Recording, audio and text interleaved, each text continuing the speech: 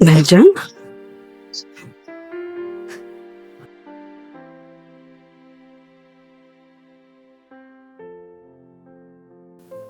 Ito ba yung trabaho mo? Akala ko waiter ka. Bakit ka nagsinungaling sa akin, Meljan? Bes, ako bukas sasamahan kita sa dialysis mo. Ano oras ba? Oh, bakit ka umiiyak? Makakasama sa iyan. Mas niloloko ko ni Meljan. Ano sinasabi mo? Ano niloloko? Anong ginawa niya? May iba ba siya? Nagsinungaling siya sa akin eh. Sabi niya waiter lang siya, pero totoo.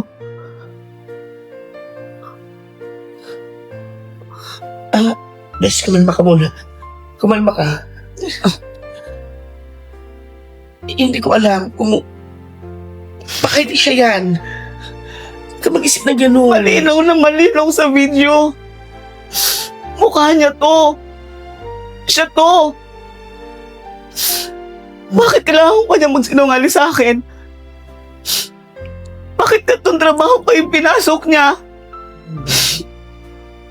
Sabihin mo sa akin.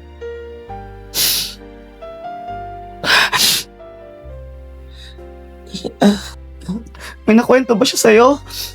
Tungkol dito? Bes, makakasama sa'yo yan. Sabihin. Tumanga ka na. Makakasama sa'yo yan. Hindi pwede. Besh, ikaw yung lagi niyang kasama. Di ba ikaw yung nagpasok sa kanya? Ikaw yung naganap ng trabaho sa kanya? Ano mo ba to? Kung salita ka, alam mo ba to? Papaliwanag ako. Alam ko kung ano trabaho. Hayop ka! Hayop ka! Pinagkatiwalaan kita? Alam mo na lahat to? I'm sorry, babe. Ba't di pa sinabi sa akin? I'm sorry. Naging mabuti akong kaibigan sa'yo. Lahat na lang sinabi ko sa'yo yung mga problema ko. Bakit mo nagawang magsinungaling? Bakit niyo ako ginago? Bakit niyo ako ginago? Bes, hindi ko sinasadya. Hindi mo sinasadya pero nilihim niyo ng matagal na panahon. Bes, tanda. Makapasama sa'yo yan. Makakasama sa'yo yan. Palma. Dante na si Meljan pa. Siya magpapaliwanag sa'yo ng lahat, Bes. I'm sorry. Tanda. Ayaw na mabuti sa'yo. Babe.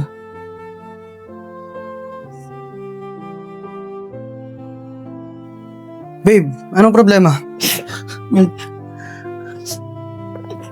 Kailan? Kailan niyo pa ako niloko? Kailan niyo pa ako niloko ng dalawa? Ha? Kailan pa naging trabaho ng waiter ang sumayaw sa stage ng nakahubad? Ikaw, Erika, kaibigan kita eh.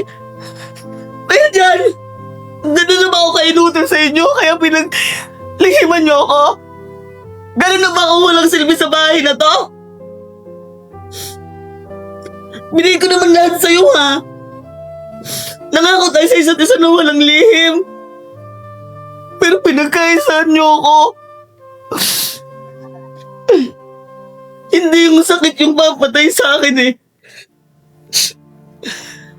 Yung pagtatraitor niyo ang papatay sa akin.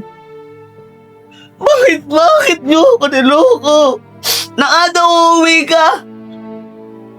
Ang dami-dami nang umawak sa katawan mo. Ang dami mga bakla, ang dami mga matrona nagpapantasya sa'yo. Habang ako naghihintay dito na parang tanga. Walang kaalam-alam sa mga nangyayari.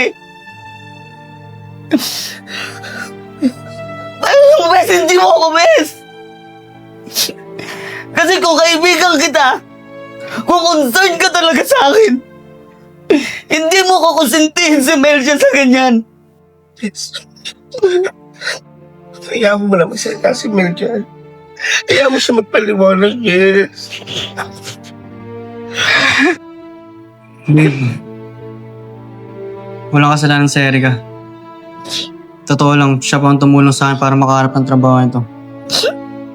Wala akong magagawa. Wala akong pinag-aralan. Ito lang yung alam kong kaya ko. Gusto ko tang matulungan.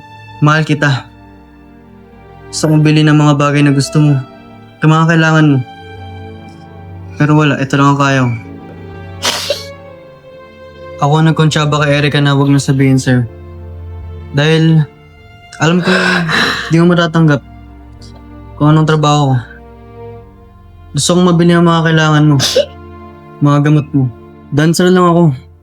Hindi ako nagpapahawak. Hindi kahit take out. Hindi. Sinong niloko mo? Hindi nagpapagalaw? Hindi nagpapatake out? Huwag ko hawakan! Hindi nagpapagalaw? Hindi nagpapahawak? Pero sumasayaw na nakahubad sa stage habang nanonood ng napakaraming tao. Habang ako dito sa bahay naghihintay na akala ko marangal yung trabaho mo. Yung mga binibigay mo, yung mga binibili mo ng gamot, galing lahat sa kababuyan. Okay lang sa akin eh, na hindi mainom yung mga gamot regular. Hindi makakain ng masasarap, Meljan. Okay lang sa akin magdildil ng asin. Pero yung lukuhin niyo ako, lukuhin ako ng taong mahal ko at ng taong pinagkakatiwalaan ko, ayun yung hindi ko matanggap. Ayun yung nagpamabigat sa nararamdaman ko. Kaya simula ngayon, hindi ko na kailangan ng mga gamot na binibili mo. Lalong-lalong hindi ko na kailangan ng kaibigan na traidor. Babe! Yes! Kailan mo malalaman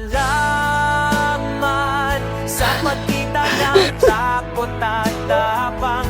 Kailan mo mararamdaman na ikaw lang pinili-pili mo? Kailan mo malalaman?